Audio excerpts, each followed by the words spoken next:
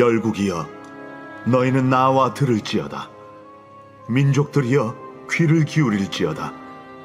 땅과 땅에 충만한 것, 세계와 세계에서 나는 모든 것이여 들을지어다. 대저 여호와께서 열방을 향하여 진노하시며 그들의 만군을 향하여 분내사 그들을 진멸하시며 사륙당하게 하셨은즉 그 사륙당한 자는 내던진 바 되며 그 사체의 악취가 솟아오르고 그 피에 산들이 녹을 것이며 하늘의 만상이 사라지고 하늘들이 두루마리같이 말리되 그 만상의 쇠자나무 포도나무 잎이 마름 같고 무화과나무 잎이 마름 같으리라. 여호와의 칼이 하늘에서 족하게 마셨은즉 보라, 이것이 에돔 위에 내리며 진멸하시기로 한 백성 위에 내려 그를 심판할 것이라. 여호와의 칼이 피, 곧 어린 양과 염소의 피에 만족하고 기름, 곧 순양의 콩팥 기름으로 윤택하니 이는 여호와를 위한 희생이 보스라에 있고 큰 사륙이 에돔 땅에 있습니다. 들소와 송아지와 숫소가 함께 도살장에 내려가니 그들의 땅이 피에 취하며 흙이 기름으로 윤택하리라. 이것은 여호와께서 보복하시는 날이요 시온의 송사를 위하여 신원하시는 해라. 에돔의 시내들은 변하여 역청이 되고 그 티끌은 유황이 되고 그 땅은 불붙는 역청이 되며 낮에나 밤에나 꺼지지 아니하고 그 연기가 끊임없이 떠오를 것이며 세세에 황무하여 그리로 지날 자가 영영이 없겠고 당아새와 고슴도치가 그 땅을 차지하며 부엉이와 까마귀가 거기에 살 것이라. 여호와께서 그 위에 혼란의 줄과 공허의 추를 들이우실 것인즉 그들이 국가를 이으려 하여 귀인들을 부르되 아무도 없겠고 그 모든 방백도 없게 될 것이요 그 궁궐에는 가시나무가 나며 그 견고한 성에는 엉겅퀴와 새품이 자라서 승냥이의 굴과 타조의 처소가 될 것이니 들짐승이 이리와 만나며 순염소가 그 동류를 부르며 올빼미가 거기에 살면서 쉬는 처소로 삼으며 부엉이가 거기에 깃들이고 알을 낳아 까서 그 그늘에 모으며 솔개들도 각각 제 짝과 함께 거기에 모이리라. 너희는 여호와의 책에서 찾아 읽어보라. 이것들 가운데서 빠진 것이 하나도 없고 제 짝이 없는 것이 없으리니 이는 여호와의 입이 이를 명령하셨고 그의 영이 이것들을 모으셨습니다. 여호와께서 그것들을 위하여 제비를 뽑으시며 그의 손으로 줄을 띄어 그 땅을 그것들에게 나누어 주셨으니 그들이 영원히 차지하며 대대로 거기에 살리라. 아멘. 우리 함께 찬양했던 내 주를 가까이 하게 함은 이 찬양을 부르는데 우리 믿음의 삶이라는 것이 이렇게 힘겹구나라는 생각이 듭니다. 힘겨운 것이 믿음의 삶이구나. 참 구원에 이르기까지의 그 과정이 참 여정이 힘들고 고되다라는 생각을 하게 돼요. 그러나 우리가 믿음의 사람들을 쭉 보면 다 어려운 가운데 있었죠. 그리고 다 힘듦의 과정들을 다 밟았단 말이에요. 그러나 결국은 하나님의 구원의 은혜를 누리게 될 것을 소망하면서 믿음으로 끝까지 살아낸 것을 보게 되는데, 우리도 살다 보면 때로는 두려움도 있고 염려하는 일도 있고 근심한 일들도 언제든지 또 오는 것 같아요. 그런데 그럴 때마다 우리는 참 어떡하냐, 내 인생은 왜 이렇게 힘든 걸까, 나는 왜 이렇게 고될까라고만 생각하기보다는 그 안에서도 분명한 하나님의 계획하심과 구원이 있다라는 그 믿음의 사실을 붙잡고 우리가 끝까지 믿음의 그 걸음을 걸어가는 우리 모두가 되었으면 좋겠습니다. 여러분, 믿는 자가 되시기를 소망합니다. 이사야서는 여러 차례에 걸쳐서 하나님의 날, 그 날이 있을 것이다 라고 말씀하시면서 두 이야기를 계속하죠. 심판 이야기, 구원 이야기. 결국은 이게 무슨 이야기냐면 하나님의 그 날이 오면 한쪽 부류는 그 날이 절망과 진노와 심판의 날이 될 것이지만 또 다른 한쪽 부류에서는 믿음으로 살았던 자들에게는 위로와 회복의 날이 될 것이다 라는 말을 하는 것이죠. 그래서 여러분, 우리에게 지금 필요한 것은 뭐냐면 믿음으로 취하는 자가 되자는 거죠. 하나님의 그 말씀을 믿음으로 취하는 자에게는 그 날이 나에게 회복과 구원과 은혜의 회복의 날이 될 것이라는 것을 믿기를 소망합니다. 그래서 오늘 이제 34장의 이야기, 내일 35장을 이렇게 볼 텐데 34장은요 어떤 얘기냐면 옥토가 황무지가 되는 이야기예요. 34장은 35장은 반대입니다. 황무지가 옥토가 되는 이야기예요. 이게 무슨 말일까요? 34장은 하나님을 믿고 하나님을 기다리고 신뢰하던 자들에게는 황무지가 옥토가 되는 일들이 일어날 것이지만 34장은 그러나 하나님을 대적하는 자들에게는 옥토가 황무지가 될 것이다 라는 심판의 메시지를 34장은 하고 있다는 것을 보게 돼요. 그래서 34장의 말씀은 남유다를 지금까지 계속해서 고통스럽게 하고 괴롭혔던 에돔을 향한 하나님의 심판의 말씀이고요. 에돔에 대한 하나님의 말씀이 심판이 있는 이유는 뭐냐면 열방을 상징하는 악한 세력들을 상징하는 것을 포함한 심판으로 에돔을 심판하는 내용이 바로 34장의 내용입니다. 자, 그래서 우리 먼저 열국을 향해서 하나님께서 선포하시는데 1절의 말씀을 보겠습니다. 자, 1절 있습니다. 시작. 열국이여 너희는 나와 들을지어다. 민족들이여 귀를 기울일지어다. 땅과 땅에 충만한 것 세계와 세계에서 나는 모든 것이여 들을지어다 라고 하면서 하나님께서 자, 열국들아 나오라 그래요. 나오라. 그리고 들으라. 자, 2절과 3절을 제가 이제 읽을게요.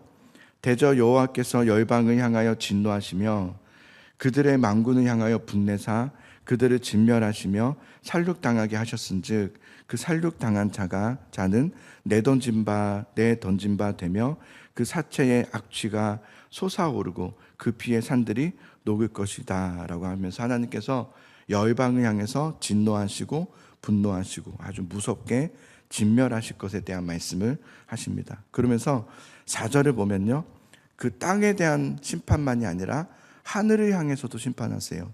자, 4절에 보면은 하늘의 만상이 사라지고 하늘들이 두루마리 같이 말리되 그 만상의 쇠자남이 포도나무 잎이 마른 같고 무화과 나무 잎이 마른 같으리라 라고 하면서 하늘을 향한 심판도 하시는데 세상 그 당시 또 지금도 마찬가지지만 세상 사람들은 하늘을 숭배했습니다. 그래서 하늘을 믿고 하늘을 바라보고 하늘을 의지했죠. 근데 하나님이 그 하늘을 심판하시죠. 하늘을 심판하심으로 너희가 그렇게 믿고 의지하던 그 하늘은 정작 자기 자신도 보호할 수 없는 능력이 없는 허무한 존재라는 것을 목격하게 하시는 거예요. 그래서 여러분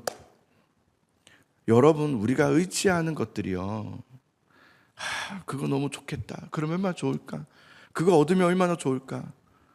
목회자에게는 뭐가 그렇게 의지가 될까요? 소망이 될까요? 부흥이겠죠. 교회가 커지면 좋겠다. 저 큰 교회를, 대형 교회를 하면 좋겠다. 그게 우상이 되는 거예요. 근데 결국 여러분 그거 다 무너지는 겁니다. 우리가 바라는 것들 있잖아요. 내가 이러면 좋겠다, 저러면 좋겠다. 근데 그거요, 우리가 의지할 대상 아닙니다. 우리가 소망할 대상도 그게 아니에요. 우리의 소망과 우리의 대상은 오직 하나님 한 분이심을 믿으시기 바랍니다. 그게 우리의 삶이에요. 우리가 앞으로 살아가는 그 삶은 그런 삶이어야 되는 거예요. 더 번창하면 좋겠다. 물론 좋죠. 교회가 커지면 좋겠다. 물론 좋겠죠. 그러나 그것이 우리에게 진정한 소망이거나 목적이 되어서는 안 됩니다. 우리의 삶의 목적은 하나님이에요. 하나님이 나의 삶의 구원이시지 어떤 것도 구원이 되지 않아요. 여러분, 오직 이 세상의 유일한 한 분, 신은 하나님 뿐이시라는 것을 믿으시기를 소망합니다. 저는 요즘 이런 고백이 너무 좋더라고요. 너무 단순한 고백이지만 이게 너무 믿음으로 고백돼요. 우리가 정말 의지할 건 하나님 한 분뿐이지. 우리가 정말 우리의 인생과 삶을 구원하시는 것은 하나님 한 분뿐이시지. 그죠? 이게 그렇게 고백이 많이 되더라고요. 자, 하나님은 이제 열방을 향해서 선포하시고 이제는 열방을 대표하는 에돔을 향해서 이제 심판을 선포하시는데 그 내용을 보면 마치 제사에서 제물을 바치듯한 묘사로 심판을 선언하고 있음을 볼 수 있어요. 5절부터 7절을 보시면 제가 읽을게요. 여호와의 칼이 하늘에서 족하게 마셨은즉 보라 이것이 에돔 위에 내리며 진멸하시기로 한 백성 위에 내려 그를 심판하실 것이라. 여호와의 칼이 피 곧 어린 양과 염소의 피에 만족하고 기름 곧 순양의 콩팥 기름으로 윤택하니 이는 여호와를 위한 희생이 보스라는 에돔의 수도를 말해요. 보스라에 있고 큰 살육이 에돔 땅에 있음이라. 들소와 송아지와 수소가 함께 도사장에 내려가니 그들의 땅이 피에 취하며 흙이 기름으로 윤택하리라 라고 하면서 하나님께서 에돔을 향한 심판의 메시지를 마치 재물을 드리듯한 심판으로 묘사하는 것을 보게 돼요. 왜냐하면 여러분 지금까지 에돔이 그랬거든요. 에돔이 남유다를 마치 자기의 제사의 재물 다루듯 다뤘어요. 계속해서 괴롭히고 계속해서 살육하고 계속해서 억압하고, 그런 에돔을 향해서 하나님이 반대로 여호와의 칼로 내가 너희를, 하나님의 백성을 괴롭혔던 너희를 내가 똑같이 그렇게 너희를 살육하고 진멸할 것이다라고 말씀하세요. 그래서 여러분, 하나님의 백성, 하나님을 믿는 사람들에 대해서 함부로 한다거나 마치 재물 다루듯 다루는 사람에게는 반드시 하나님의 칼로 그 대가를 톡톡히 치르게 돼요. 이건 제가 어릴 적부터 봤어요. 그래서 정말 두려운 일이고요. 믿음의 사람들에게는 함부로 해서는 안 되죠. 마찬가지로 여러분, 세상은 우리를 계속해서 괴롭혀요. 세상은 계속해서 우리를 억압해요. 그러나 반드시 하나님께서는 신원하신다 그랬어요. 신원하신다는 게 뭔지 아세요? 보복을 말해요. 보복하신다. 그런데 이것이 여러분 단순한 복수를 말하는 게 아니에요. 악인에 대한, 하나님의 백성들을 괴롭혔던 악인들에 대한 하나님의 공의의 심판이 있을 것이라고 말씀하시는 거예요. 그래서 8절을 보시면 이것은 여호와께서 보복하시는 날이요 시온의 송사를 위하여 신원하시는 해라 그래요. 에돔은 끊임없이 그 시온, 하나님의 그 백성들을 침범했어요. 계속해서 선을 넘은 거죠. 하나님은 그 시온을 침범한, 왜냐하면 시온의 주인은 하나님이시거든요. 그래서 시온을 침범한 에돔을 심판하신다, 신원하신다라고 말씀하셨어요. 자, 그러면서 이 모든 심판에 대해서 16절과 17절을 보면 이렇게 말씀하세요. 너희는 여호와의 책에서 찾아 읽어보라. 이것들 가운데서 빠진 것이 하나도 없고 제짝이 없는 것이 없으리라. 이는 여호와의 입이 이를 명령하셨고 그의 영이 이것들을 모으셨습니다.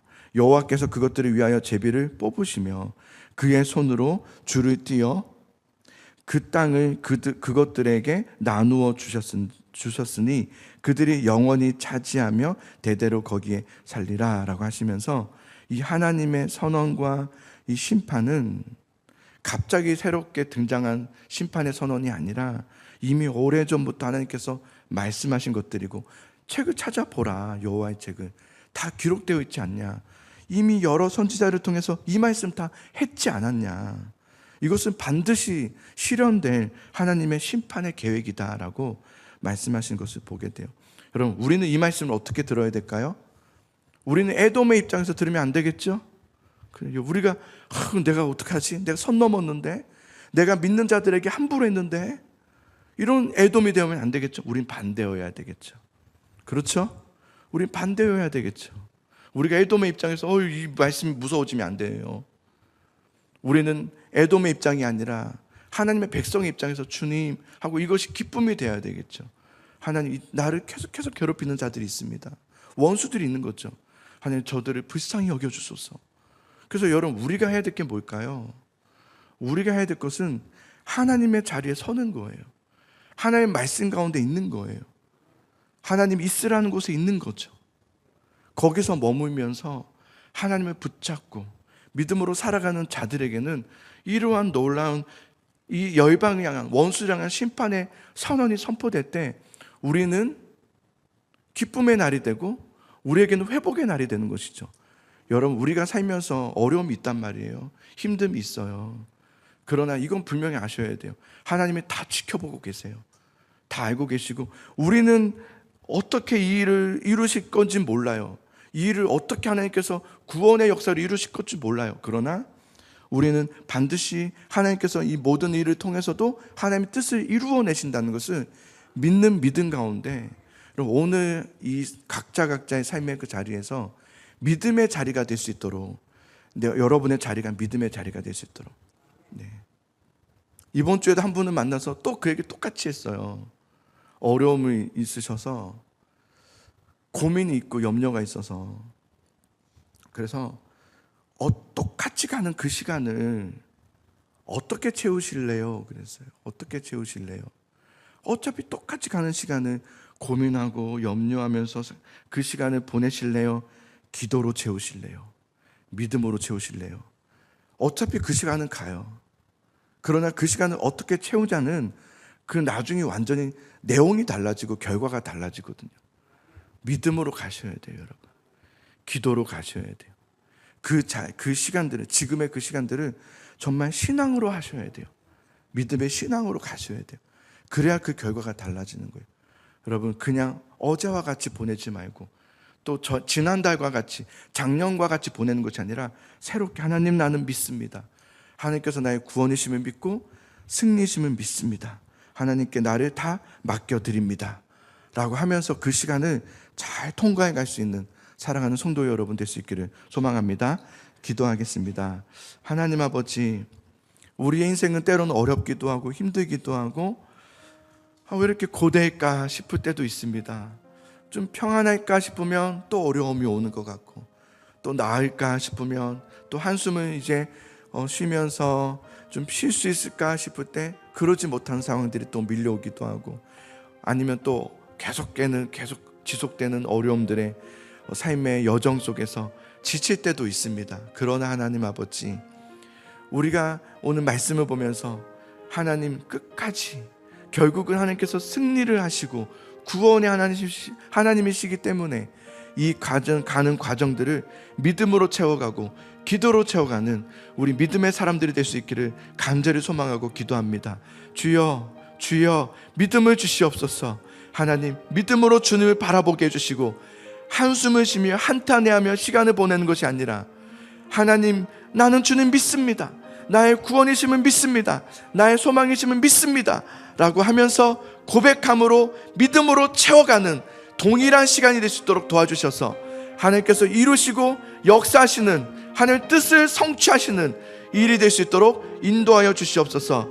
주님 감사합니다. 우리에게 이 말씀 주심을 감사합니다. 믿음 주심을 감사합니다. 예수 그리스도 이름으로 기도합니다. 아멘.